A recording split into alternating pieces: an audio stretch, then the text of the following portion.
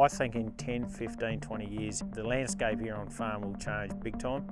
I have no doubt that the digital revolution is going to help us do what we're doing better. Connecting everything from dirt to water to pumps to the pressure in the boom spray. Every aspect of what's going on will be connected through sensors. The future of Agtech is about making all of those insights simple and accessible.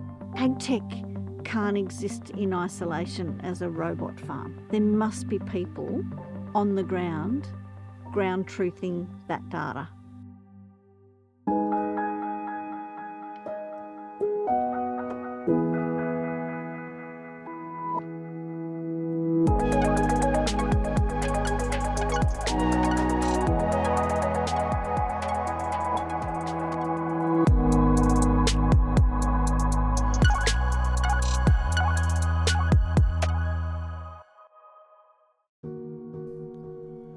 The fourth agricultural revolution is upon us, the Agtech Revolution. The world's oldest industry is transforming, with Australian farmers employing digital technologies to enhance agricultural production. Farmers, however, are no strangers to transformative innovations that disrupt the status quo. From the advent of the plough to the introduction of mechanised equipment, from diesel-fueled tractors to the use of fertilisers and pesticides. Driven by necessity, the agricultural industry has continually evolved to meet the needs of an ever-growing population. And with the Agtech Revolution, the transformation of farming is set to continue, and the industry is excited about what's next in store. So where's technology going to take us as we progress? I'm really disappointed that I'm at the end of my career, because I think we're going to see some extraordinary things. Drones are changing it. Remote sensing's changing it. Nitrogen application by looking how green the crop is. These things are going to become more and more driven, and I think this is going to be an exciting chapter that we're going to see in agriculture coming up. Look, I think there are different ways of looking at how technology will impact farming, but I have no doubt that the digital revolution is going to help us do what we're doing better. So I think that's the first thing. You know, we have a lot of questions we can't yet answer. So if I look at the environmental, social and governance, ESG reporting for Australia's livestock industries, how do we demonstrate to the global consumer that we are doing what we say we do? How can we show that our animal health and welfare is improved? How can we show we're caring for our soils, or we're looking after our species biodiversity both in the ground and above the ground? That is the new frontier, getting that really robust data that people trust. That's what digital will help us do. I don't know whether the fundamentals will change, where we're looking for user-friendly, easy systems to drive production and lead to bottom line profitable returns.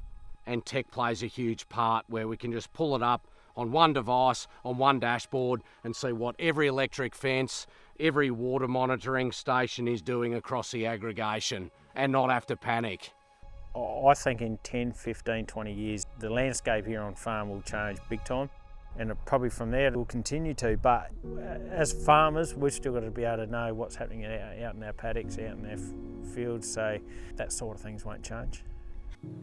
I think Agtech will have an impact on what being a farmer looks like in the future, but I think that will be positive. I don't think it will restrict you to a desk. I actually think it frees you up to spend more time observing.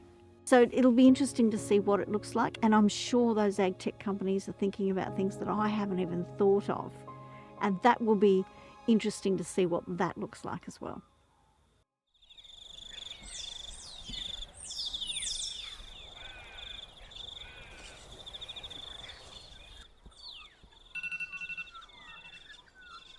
Early adopters are embracing the new digital era.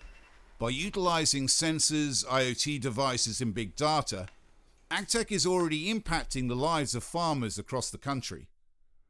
But what happens when you bring all these technologies together? What happens when you digitalise an entire farm? What does the farm of the future look like? And how will it impact the role of producers in years to come?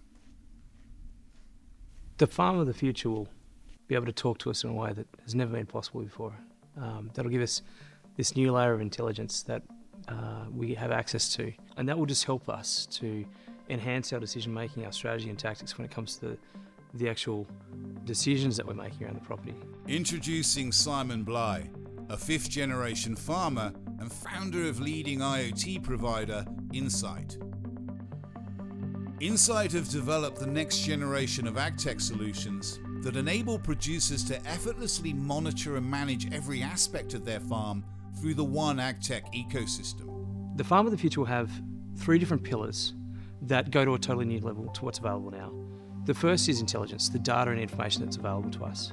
The second is the analytics, the strategy, the tactics, the actual decision-making engine that we've got available to us. And the third is operational execution, being able to refine and enhance what we're doing at an operational level, both at a micro level and at a macro level.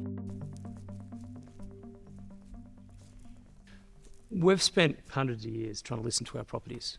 The IoT allows the property to talk to us. At the moment, we're starting to connect a few things that matter on the property through some sensors that are specifically targeted to solve certain problems. But where we're going is a place where everything is connected, connecting everything from dirt to water to pumps to the pressure in the boom spray. Every aspect of what's going on will be connected through sensors and connected together as one big ecosystem that comes into a central dashboard that allows us to see what's going on. A lot of farmers are highly intuitive decision makers, and our intuition is fed by our experience, but our experience is limited by the information that washes over us on a daily basis. A farmer will be able to just sit down with a cup of coffee and just look at a bunch of screens and see everything that matters, everything that's going on, and that information will wash over them in a way that will feed that intuitive engine and help them know when things are wrong, but also just help feed the decision-making process with this level of information data that we've never had before. So the second pillar is enhanced decision making. It's the aspect of the farm of the future where it will refine the strategic and tactical decisions we make on farm. Not only will we be refining our decision making at a micro level, so simple things like whether we go and spend an hour going and checking a few things, well, that's now done automatically and we can go and deploy that time elsewhere. Or it can be at a more advanced level where we're making, really big changes to the decisions we're making about crops and, what different business lines and revenue streams should we be having on our particular property. When we're sitting in a modern bit of equipment like a tractor, a sprayer, a header, we've got dials and gauges and graphs and maps of everything that's going on in order to make micro adjustments to what we're doing. The farm of the future will have a dashboard that's in front of you, exactly the same way as a pilot's presented with that. So you don't have to worry about getting data manually, you don't have to guess as much, it's there presented clearly in a way that's able to be understood quickly and easily. So when it comes to operational execution, certain activities on the farm will become completely autonomous, where we've got machines that are doing a lot of the work that we are doing now. And we'll probably see a shift from massive machinery to smaller machinery that can be more precise in what it's doing. Because at the moment, the way that we design machinery is we design it for a constraint, which is the human driving it. Once you remove that, you can have a whole heap of little devices, a whole heap of little machines doing the same job at a much more optimized way for the actual task that you're trying to achieve.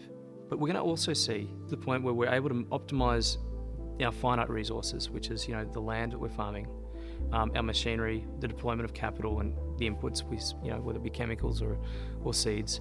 We're going to be able to optimize the usage of those resources by reducing loss and managing risk better, as well as being able to manage at an individual revenue unit, like at a beast level or at a plant level as opposed to a crop level or a herd level. We'll be able to optimize the treatment of the different elements of the farm that are actually producing our revenue, and that will unlock new levels of performance as well as reducing operating costs.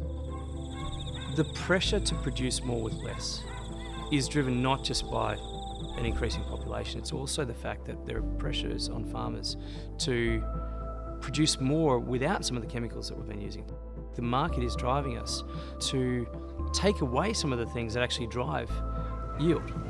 So there's a lot of pressure to produce more with less, and one of the only ways we can do that is through optimizing the treatment of each plant or each beast in order to get a better performance from that particular asset in terms of whether it be the quality of the grain or the yield of the crop.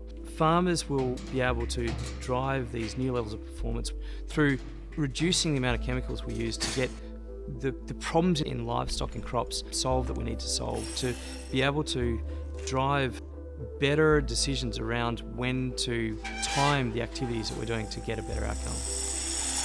I said to Cam, you got half an hour, I've got to go and get the kids.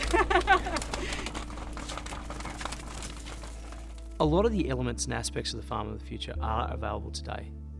We'll see more advances in terms of what is possible and the sensors that are possible and the analytics that will be laid on top and the applications that will come. But really the core engine of the farm of the future is accessible today, and we need to see more farmers adopting this technology and learning about how it can change the way that they're doing things to see the benefits flow through to them and the broader country. The future of farming is here. Australia's agricultural industries, shaped by the country's unique and unforgiving farming landscape, are paving the way in both agtech innovation and adoption. But industry-wide transformation takes time, and the road ahead is long. As the world's population steadily increases, so does the need to optimise food production, and Australia's agricultural sectors are already planning for what lies ahead. There has been a target set to grow Australian agriculture to $100 billion by 2030. And there's a whole lot of things that need to come together to achieve that, but really critical to improving and hitting that target is going to be new technologies and innovation. It's just absolutely fundamental. The $100 billion target was to really lift the mindset of participants in the sector to have an aspiration to grow, and it was set around the point where we were mid-60 billion turnover. The point is that that's a pre-farm gate value, and when you extend that to post-farm gate and look at the value-adding opportunities around the produce that we harvest and look at what role technology could add in terms of another sector to contribute to the performance of our agricultural industry export earnings, we could be well up to north of 300 billion. Australia is a hard country to produce food and to run supply chains. So, you know, you make it here with sustainable, usable and validated technology, you know, you've got a product and service that'll work around the world. And with the digital technologies, that's not difficult. They're highly, highly scalable. In a lot of cases, it's a matter of flicking a switch and you can deliver the product to a different continent. And that's what's exciting when you think about the lightweight export that agtech can be to the world. Solutions developed, proved here and made available to the markets around the world. There is no reason why we couldn't be adding a significant contribution to Australia's agricultural exports through technology. So agtech is in the DNA of that uplift, which will drive that $100 billion target, which incidentally is only a few years away, and we're well on the way to it. In fact, it's been suggested, I've had a crack at it myself, that $100 billion target is quite a modest target. We can knock that one out of the water.